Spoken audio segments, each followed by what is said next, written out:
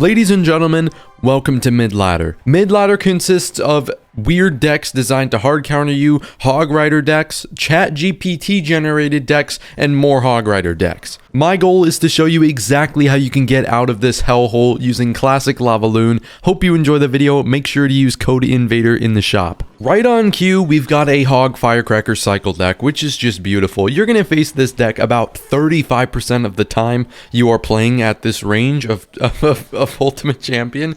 There is a Hog Rider in nearly every deck. The strategy to beating this is pretty simple.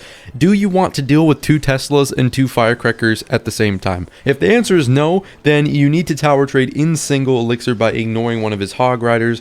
When you go in with the lava, just fireball the first Firecracker. Then going in with the balloon and the skeleton dragon should let you get a ton of damage, because there's no way he can cycle back, the opponent can cycle back two of the Firecrackers and the Teslas in single. It's just not possible. So as you can see, we're going to take a marvelous 150 damage lead and activate King Tower with the Mega Minion. We're off to a very good start. Now, since I've got the Tombstone in hand here, I'm actually not going to ignore this Hog Rider. Using the Tombstone is a +1 trade. It's actually turning into a +3 trade there, since he used his log really late. Also, you guys are in mid-ladder, so you're not going up against Ian77 and Muhammad Light. Your opponents are going to make plenty of mistakes, so don't worry if you don't play perfectly. You have a lot of room for error because your opponents are also usually at your skill level as well. Here we're actually going to go with the Zap and save the Elite Barbs, or the Evo Barbs, whatever. They're basically E-Barbs. So instead of defending the Hog Rider with the Barbs, I'm going to get a +7 trade because I just handed him the tower. So basically, I have a free Lava Hound. Barbarians here, they were... oh my god. They were supposed to be for the Tesla, but I'll take a Firecracker too, and that'll just end the game. No idea why he wanted to gift me the Firecracker, but hey, I'll take it. Good dub early on against Hog Firecracker, which is a really easy deck to beat at this level. This range, I guess the skill level here, it's very low. So you guys should be having a very nice time with Hog 2.6 and Hog Earthquake at this range. Y'all know the drill. If I lose to TTV, it's James D96. You've got to follow him. I don't think you guys are going to... 1, I don't think we're going to lose. And 2, I don't think you guys are even going to follow him because you don't even follow me on Twitch. Guys, come on. I stream every day on Twitch. A link is in the description. We're averaging just over 100 viewers right now, but we have like 20,000 subscribers. So please, bro, come over to the Twitch. Usually, you want to go in with the Lava Hound once your opponent's push is done, or you're up in Elixir, or you just have a good hand. Usually the best thing to do is not to go in with lava when your opponent has troops on the board, because then it makes counter pushing really easy. But there's one skeleton dragon. I don't really care about one skeleton dragon, and he does a really stupid snowball. I mean, oh my god, it's a Mega Knight player, of course. Mega Knight Battle Ram snowball, and now the Mother Witch, which we're gonna fireball up here, and it's going to allow me to take the tower. I'm gonna just let this Mega Knight go. Not too much I can do about it. I want to be careful too. Okay, he goes with the drags up top, kind of weird dragons. I'm gonna go like this to try and counter them. I just want to see if I can get him off the board and get some additional damage on the King Tower. Nothing crazy here. And forces out a Fireball. That's even better. If we can force out Elixir, that's even better, because I played those Skelly Drags to kill his Skelly Drags. So it just ends up a +4 trade for me. And you can ignore things like that Mega Knight, because it was necessary for me to spend Elixir on offense to take out the Mother Witch, which put me in this spot. We can't be defending Mega Knights, especially when it's going to take like 45 seconds for the Mega Knight to take the towers. So it's... okay, maybe that's a slight exaggeration, but you get my point. It's going to be a while, so we can just focus on offense and deal with the Mega Knight later, or just not deal with the Mega Knight at all. That's a pretty cool option too. He's got another Mega Knight. We're actually going to go with the Barbs down here. It's going to make the Mega Knight jump, and it's going to full counter the Battle Ram as well. So just a pretty easy little play there. Getting a, god, math, dude, +7 trade. That's a freaking massive trade right there. We're going to go Balloon as well. I know he has... no Mother Witch in cycle. He has the Fireball, but no Mother Witch should allow me to get some good damage here. And we actually get the Balloon hit. That's why I definitely recommend Zap. I know some people like to run arrows. I've had my fair share of arrows as well. Maybe next season in the evolved archers meta, we might need to run Fireball arrows. But Zap has so much more outplay potential at this range. I just love playing Zap. I think it's necessary to have Zap. We're getting our Fireball ready for the Mother Witch. There she is, taking her out immediately. Taking her out to a nice Applebee's dinner. Oh, I'm making myself hungry. He has a snowball too with the recent buff, but it's not going to be enough to save him. Beautiful. Yeah, snowball's really annoying as a balloon player now, but it's going to be a nice easy win versus Mega Knight Battle Ram. Just a weird chat GPT generated deck there that we absolutely stomped on. Something about this guy, bro. Joey. I'm just... Freaking Joey. That's the white. I think Joey is the whitest name on this planet. Okay, if it's not, let me know what is in the comments. But it has to be the whitest name on the planet. Just no way. You are not going to catch me losing to no man named Joey. And he's going.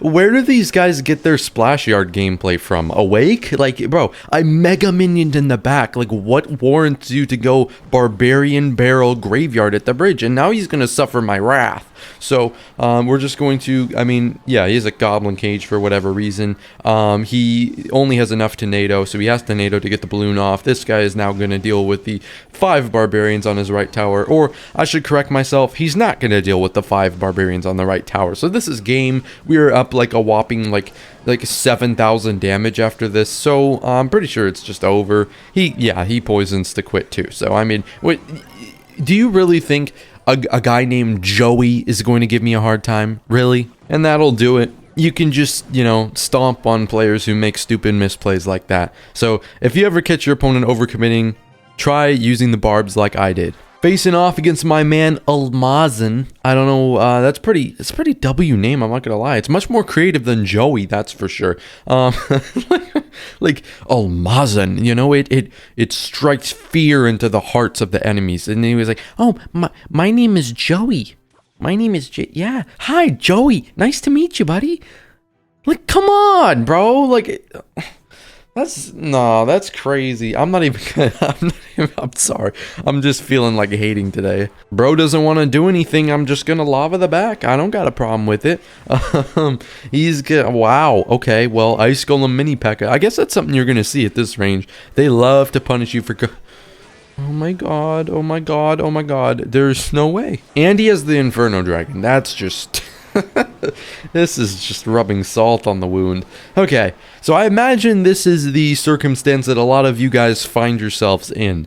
Like, you know, you just go lava because it's a good time to go lava. You see like Ice Golem mini P.E.K.K.A. the other lane, and you defend it, and you're feeling good about yourselves, and then the E-barbs come out, and now you're no longer feeling good about yourself. The trick is examining your opponent's deck and looking for weak spots. He uses a poison on my tombstone, so our opponent's weak spot, now that we know pretty much his whole deck, he only has 1 air counter and 1 big spell. So we're going to be able to just try and work around that. We're down a lot of damage right now.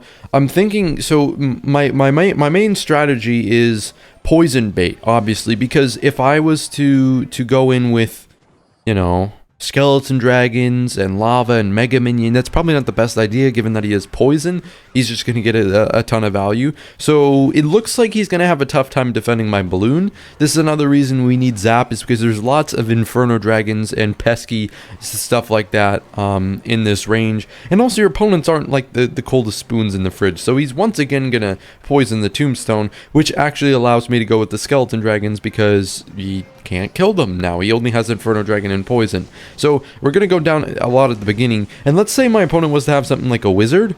In that case, we would want to space out our balloon and our lava and then focus on dealing with whatever one is most tedious. So if the wizard is doing the most DPS, I would want to fireball zap the wizard and find a way to keep my balloon out of range of the Inferno Dragon by like maybe placing it near the middle of the arena or something like that. So down to 1300, but he doesn't seem to have a win condition. So if I play flawless defense, I won't take any damage, which is a good thing. We're going to force out another Inferno Dragon here. And the goal is to obviously try and outcycle him. So anytime he goes Inferno Dragon like that, it's really good for us.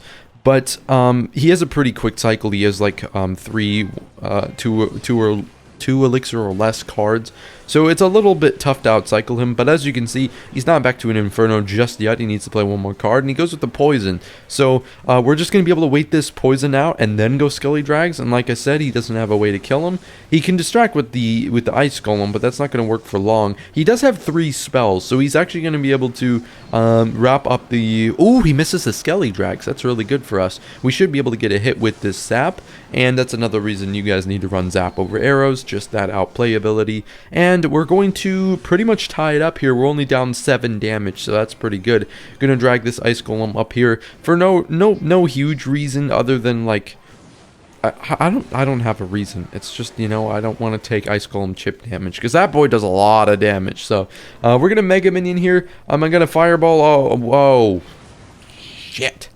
That's you're gonna have to ignore that. We're going Lava Hound because this Inferno Dragon is in the other lane. He's gonna be able to get back to another one, but I don't really care. We're just going to Zap and go with the balloon in the middle because now he has no Inferno Dragon, and he's gonna have to, I believe, like I don't know what he's gonna do about this. I don't think he can do anything. GG's. Yeah, big spell out of hand, Inferno Dragon out of hand, and that'll do it. So we started off like really freaking badly, but we managed to come back by analyzing our opponent's deck and formulating a good strategy. We've got Miguel coming in here. Let's see if he can pose more of a challenge than the last guy. I mean, he started off the game well, but to be fair, he didn't... We're just better. We're just better. I'm a bit late here, but I think it's actually best for me to split my barbs as well because there's no real reason to use anything other than the barbs to counter his barbs because we don't want to let this guy get back to evolved barbs before we do. There's no point in that. It's just giving me a disadvantage. Why are we doing this? What? No. We're going to have to use the Fireball even though this is looking like a 3 Musketeers deck just because you can kind of tell like Battle Ram, Hunter, Snowball now, and you could just kind of tell that it's 3M. With the evolved barbs, this is going to get nasty, and we have to be very clean about our defense early on. We cannot give up a tower early in the game. That's the most important part. We can't play from behind versus 3 Musketeers. You've got to make your opponent spend elixir on offense and then, you know, go from there. Because if they have to play offense and defense, obviously it's going to be much harder for them to defend your lavaloon. So we're going to go with the I think oh yeah, I think that was a bad play. I shouldn't have done that. Yeah, that was on me. Really bad play from me there. We're gonna be starved for elixir. I think we do manage to defend this. Wait, no, he has a snowball, doesn't he? Wait, yeah. Oh, I forgot the snowball, bro. Oh, okay, we're down again, but it's not like we haven't been there before. I know what to do. We're only down like what, 1500? Yeah, we're only down 1400, so we could definitely take tower here. It's gonna rely on me probably Fireball zapping a Hunter rather than the 3 Musketeers. It depends what he uses to counter my my balloon. So I imagine we're gonna have to take out this Hunter, and he plays the 3 Musketeers a little oddly there. I don't know about that. I don't know why he played them up there, but we're just gonna take this Fireball and the Zap here, and that's gonna be nice. We're gonna go ahead and take that tower, and so now we could just use the Barbarians on these Musketeers in just a second. Yep. So I mean, the thing is, like, from like an outside perspective, it's like, oh, he has 3 Musketeers, I need to save my Fireball for the 3 Musketeers. Like, yeah, in theory that's true, but when I need to take a tower, I need to get the damn Hunter off the board because he does 1k a hit. So we were forced to Fireball zap the Hunter there, which was a good thing because we still wrapped up the 3 Musketeers. And so here we're going to Fireball zap the Musketeers at this point. You know, obviously we want to get those Musketeers out as quick as we can because they're going to get so much value, and the Hunter's not really my problem. You know, it's just not. Like, you can't Fireball zap a Hunter in a 3 Musketeer match. It's very rare situations where my opponent can't, like, afford 3M, or you're trying to predict a Hunter. That's when you'll Fireball the Hunter. And speaking of Fireballing the Hunter, we're actually going to do it right now because, like, what... I'm not worried. We want to get these Skelly Drags to the tower, and he's clearly not going to go with 3M. And even if he does, I'm going to be able to either Barbarians on top, yep, like this, or I'm going to be able to cycle back to Fireball Zap. So we're going to Mega Minion on top, take a little bit of Why are we on the Ice Golem? Oh, because the Battle Ram popped. Okay, I forgot. But, I mean, look at that. We're up 1400 damage. Dude, stop. Okay, I'm just fireballing. I'm just fireballing. Those skeleton dragons are not stopping that. Come on, bro. The Skelly Drags, I'm just going to use them to soak up damage from the Hunter here, and we take no damage from the Hunter. Barb's Balloon in the pocket. He should not be able to... Oh my god! Oh, he should not be able to defend this. Okay, we just zap and tombstone. Okay, 3 Musketeer in the pocket was a little scary there, but hey, we managed to catch the W, against Hunter 3 Musketeers, which is a massive W in my book. Iretta Jr. coming in from Elite Army 2.0. We'll see what he's got for me. He, not a great starting hand. I'm probably going to wait for my opponent to make the first play here. He goes cage. I'm just going to split the barbs in the back. Usually, I want to go lava when he goes cage like that in the opposite lane. General rule of thumb is to go lava after the building comes out. But, I mean... You know, sometimes your hand just isn't good. So, the barbs is the best split play here. Oh, I have a bad feeling about this. I think we're about to go up against the mustached electrified man. I think we're just Cajun Bowler. Yeah, what other deck has Cajun Bowler in it, bro? That's... Oof. Okay, we're going to go with this deep tombstone in the left lane, which is going to deal with this E-Giant. We're going to zap. Yeah, I didn't need to zap, actually, because I didn't realize the right Skelly Drag was actually going to help out against that baby dragon. So this is okay, you know, as far as going up against E-Giant Bowler Cage. We're only down 800 damage. So at the beginning of the game, you know what? That's okay. I think I'm going to try and use anti-NATO spot here, even though he does have the goblin cage, just because it's okay if he goes anti-NATO spot, because yeah, I mean, if he goes cage, I mean, if it's okay if he goes cage, because my skeleton dragons are going to get value as well. And you know, even if he Dados here, he has no elixir, so now he's going to take a ton of damage from the pups. And even though we activated King Tower, or for him, I guess, it's okay, because like I will gladly trade 1,000 damage from the pups plus 500 from the Mega Minion for a King Tower activation. You can have that any day of the week. So we'll just reset here, go with another lava, and we'll see how we defend this next E-Giant. He goes cage up high, which is fine with me, because I'm about to get the meatiest fireball zap value of my life. Yes, look at that. Eehoo. That's disgusting, bro. That's disgusting. Okay, well, the good thing is he can go high cage all he wants. I don't really care, because the reality is, against these types of decks, your balloon is usually not going to get to the tower anyways. So we're able to get some significant lava chip here, going on like 500 damage from the lava, and we could just fireball to take out the baby dragon. And that's important there, because the baby dragon won't be able to get value against my balloon and my Skelly Drags and everything else. Zapping to take no damage from the brawler. We actually managed to hit the death bomb there, so just a fireball zap will seal it against